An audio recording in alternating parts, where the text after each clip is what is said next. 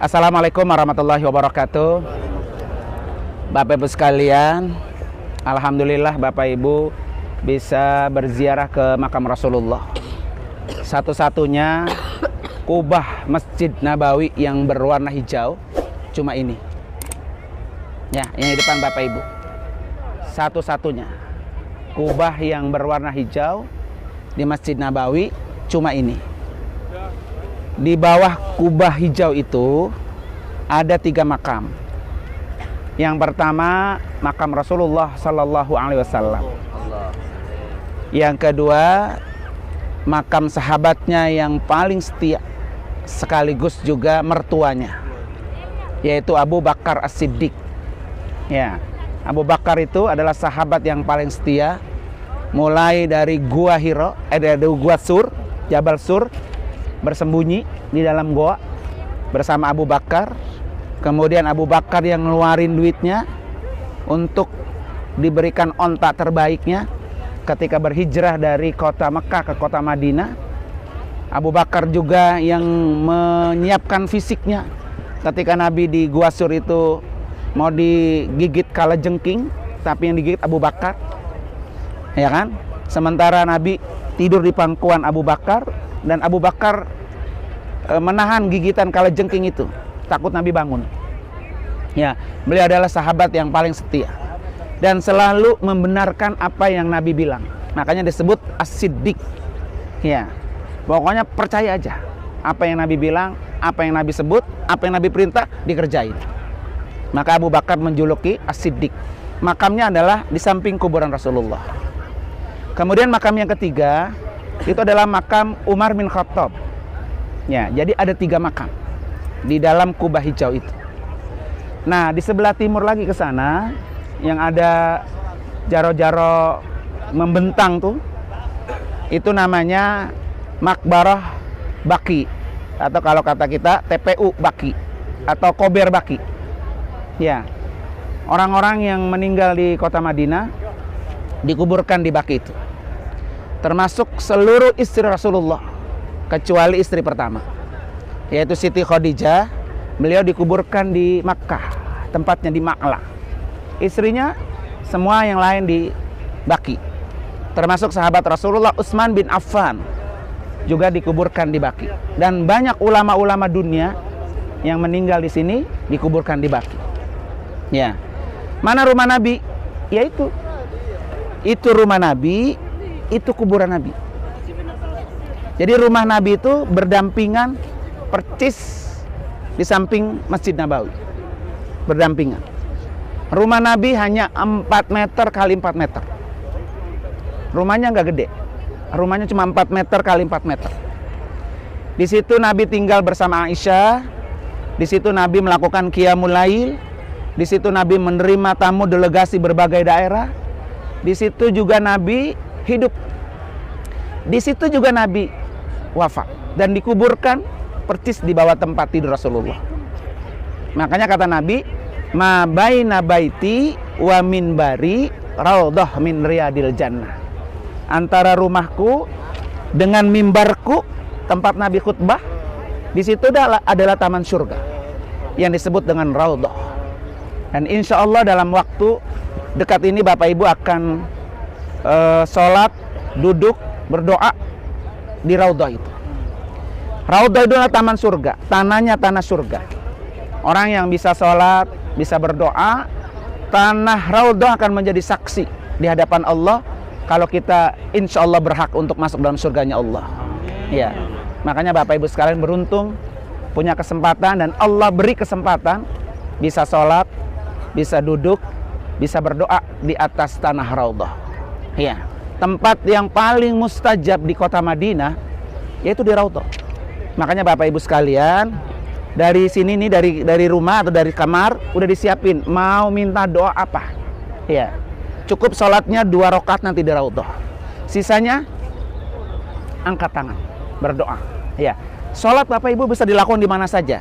Tapi kalau berdoa di mustajab hanya bisa di raudhah. Ya, karena untuk kita bisa dikabul doa-doa kita, yaitu di raudhah. Dia adalah bagian daripada taman surga. Kemudian Bapak Ibu sekalian, kuburan yang pertama kali dibangkitkan yaumul ba'ats pada hari kiamat kelak adalah kuburan Rasulullah dan kedua sahabatnya. Setelah itu adalah kuburan penghuni Baqi itu. Ya, setelah itu baru kuburan-kuburan yang ada di Ma'la, kuburan yang lain. Termasuk kuburan-kuburan yang ada di kampung kita. Maka beruntung orang-orang yang bisa wafat di Madinah. Sehingga Rasulullah bilang apa? Siapa orang yang datang ke Madinah, kemudian dia mati di Madinah, dikuburkan di samping kuburanku, maka aku orang pertama menjadi saksi di hadapan Allah untuk memberikan syafaat. Ya. Nah, buat kita Bapak Ibu sekalian yang telah datang ke rumah Nabi, yang telah datang menziarahi kuburan Nabi, Rasulullah sudah janjikan, man zara qabri wajabat lahu syafaati. Siapa orang yang menziarahi kuburanku, wajib bagiku memberikan syafaat. Dan orang yang berziarah ke makam Nabi sama dengan dia berziarah bertemu dengan Nabi waktu Nabi masih hidup. Ya, Bapak Ibu sekalian, hari ini ketemu dengan Rasulullah. Karena itu mari sama-sama kita sampaikan salam kita kepada Rasulullah, kepada Abu Bakar, dan kepada Umar bin Khattab. Nah, silakan dibuka halaman 43. Pelan-pelan ya, saya baca. Assalamualaikum ya Rasulullah wa rahmatullah wa barakatuh. Assalamualaikum ya Nabi Allah. Assalamualaikum ya Safwatallah. Assalamualaikum ya Habiballah. Ashhadu an la ilaha illallah wahdahu la syarikalah wa annaka abduhu wa rasuluh wa ashhadu annaka ballagtar risalah wa addaital amanah wa nasahtal ummah wa jahadta fi sabilillah fasallallahu alaika salatan daimatan ila yaumiddin.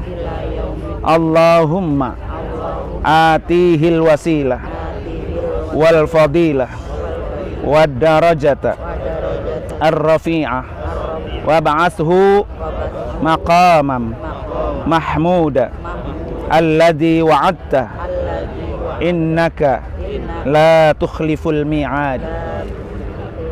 Yang kedua, kita sampaikan salam kita ke Abu Bakar As-Siddiq ya. Bapak Ibu bisa baca terjemahan nanti di rumah ya. Betapa luar biasanya Abu Bakar As-Siddiq untuk menemani perjuangan Rasulullah sallallahu alaihi wasallam. Assalamu alayka ya khalifata Rasulillah. Assalamu alayka ya sahiba Rasulillah fil ghari. Assalamu alayka ya man anfaqa maluhu kullahu fi hubbillah wa hubbi rasulih. Jazakallah an ummati Rasulillah khairal jaza wa laqad khalafta Rasulullah ahsanal khalaf wa salakta tariqahu wa minhajahu khairu sulukin wa nasarta al-islama wa wasalta al-arhama wa lam tazal qaiman bil haqqi hatta atakal yakin. Fassalamu alayka wa rahmatullah wa barakatuh. Sekarang kita sampaikan salam kita kepada Umar bin Khattab. Ya, beliau adalah orang-orang yang sangat luar biasa perjuangannya membela apa? Membela Rasulullah, termasuk orang yang selalu mengkafil yatim. Ya, anak-anak yatim itu dikafil oleh atau ditanggung oleh Abu Umar bin Khattab. Ya. Assalamu alayka ya muzhiral Islam Assalamu alayka ya Faruq. Assalamu alayka ya man nataqta bis sawabi wa kafalta al aitama wa wasalta al arhama wa qawiya bikal Islam. Assalamu alayka wa rahmatullah. Nah, ini nanti Bapak Ibu sekalian kalau ke Raudhah ya, salah satu doa yang sudah kita buatin. Kalau tidak bisa baca ini, ya doa-doa yang dari rumah. Ya, yang penting ketika doa, pertama baca alhamdulillahirabbil alamin. Ya, yang kedua baca sholawat. Baru doa. Bahasa Indonesia nggak apa-apa.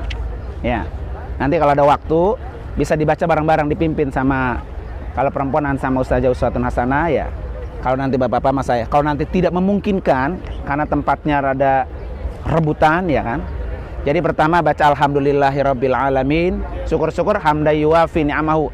Kalau nggak bisa di alhamdulillahirabbil alamin, Allahumma sholli ala sayyidina Muhammad wa ala ali sayyidina Muhammad, doa.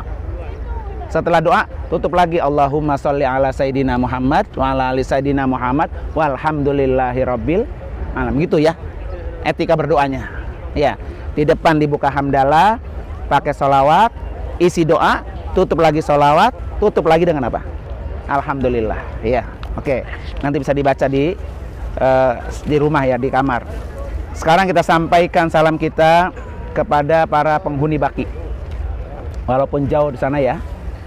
Baki itu hanya bisa berziarah untuk laki-laki saja. Dari pintu sini bisa. Habis sholat subuh, habis sholat asar. Dia bukanya ya, habis sholat subuh, habis sholat asar, laki-laki saja ya. Ibu-ibu nanti kalau mau ziarah cukup dari luar saja ya.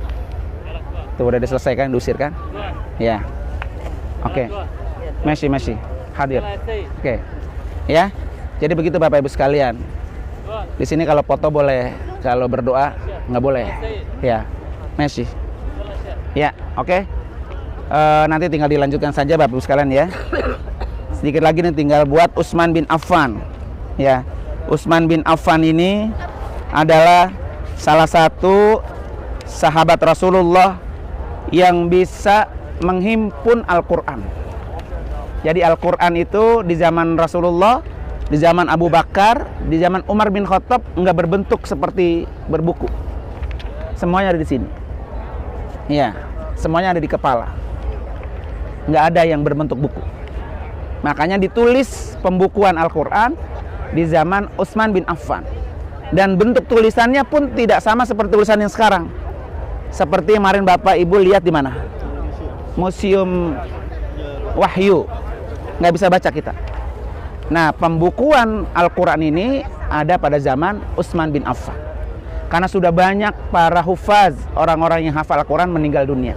Ya, karena itu kita sampaikan salam kita kepada Utsman bin Affan ya. Terlebih dahulu ke Baki ya. Assalamu alayka dara qaumin mu'minin wa atakum ma tu'aduna ghadan muajjalin wa inna insyaallah bikum lahikun. Allahumma gfir li ahlil baqi'il gharqad. Assalamu alayka ya dan nurain Utsman bin Affan. Assalamu alayka ya salisal khulafa ar-rasyidin. Assalamu alayka ya mujahhiza jaisil usrati bin naqdi wal ain wa jami'al Qur'an bainad dafatain. Jazakallah an ummati Rasulillah sallallahu alaihi wasallam khairal jaza. Allahumma rda anhu warfa darajatahu wa akrim maqamahu wa ajzil sawabahu. Al-Fatihah. A'udzubillahi minasyaitonir rajim. Bismillahirrahmanirrahim. Alhamdulillahirabbil alamin arrahmanir rahim maliki yaumiddin. Iyyaka na'budu wa iyyaka nasta'in. Ihdinas siratal mustaqim. Shiratal ladzina an'amta 'alaihim ghairil maghdubi 'alaihim waladdallin. Amin. Baik Bapak Ibu sekalian, Ibu-ibu tinggal muterkan ke sana. Kita ambil foto gambar. Bapak-bapak kemari, berdiri. Ibu-ibu tinggal muter balik. Nah. Umroh bersama Yayasan Wafiz Alamin Center. Berbagi cahaya